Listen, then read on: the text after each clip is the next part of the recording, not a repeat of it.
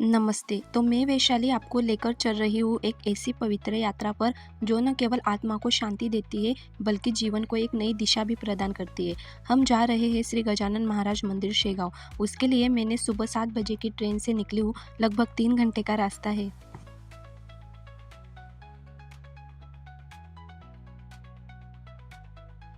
3 घंटे के रास्ते में 2 घंटे में सो गई। पता नहीं ट्रैवल करते वक्त इतनी नींद क्यों आती है। हर बार सो जाती हूँ। सुबह के 10 बज रहे हैं और टेम्परेचर लगभग 34 डिग्री सेल्सियस है। गजब की धूप निकली है। इतनी गर्मी में पता नहीं मैं वीडियो रिकॉर्ड कर पाऊंगी या नहीं, क्योंकि गर्मी में मुझे बहुत दिक्कत होती है। लेकिन जितना पॉसिबल है मैं उतना ज़रूर करूँगी।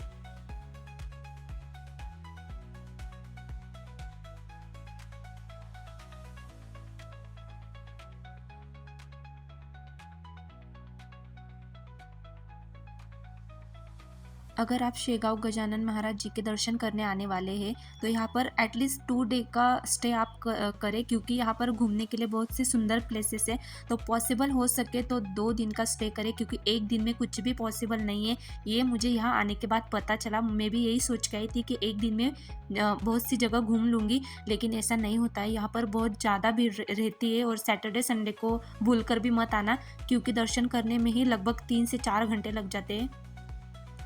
गजानन महाराज जी एक महान संत थे जिनका आध्यात्मिकता, भक्ति और सेवा में असाधारण योगदान दिया है। जिनके पास अलौकिक शक्तियाँ थी, जैसे कि जल पर चढ़ना, बिना भोजन के कई दिनों तक ध्यान में लीन रहना, और उन्हीं के आशीर्वाद से शेगांव में सामाजिक सेवा, शिक्षा, धर्म विद्यालय, धर्मशाला, अस्पताल ये सब अभी भी चल रहा है। ऐसे कई सारी सेवाएं आपको यहाँ पर देखने को मिलेगी, तो एक बार आप यहाँ जरूर आना।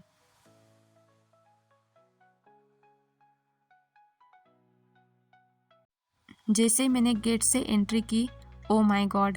इतनी ज़्यादा भीड़ देख के मेरा तो सर ही चकरा गया। अब पता नहीं कितना टाइम लगेगा। इस लाइन में लगने के लिए, इस लाइन के एंड तक पहुंचने के लिए लगभग 20 टू 25 मिनट लग गए। तो पता नहीं दर्शन करने में कितना टाइम लगने वाला है।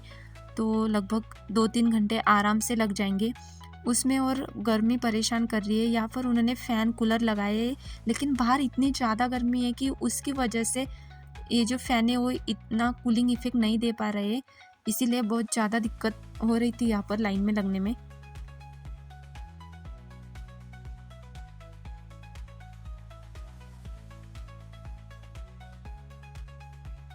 फाइनली 3 घंटे बाद दर्शन हो गया। और ये मंदिर का बैक व्यू है। अंदर कैमरा लेके नहीं जाने दे रहे थे, इसीलिए मैं रिकॉर्ड नहीं कर पाई, लेकिन बाहर से मैं आपको मंदिर दिखा देती हूँ।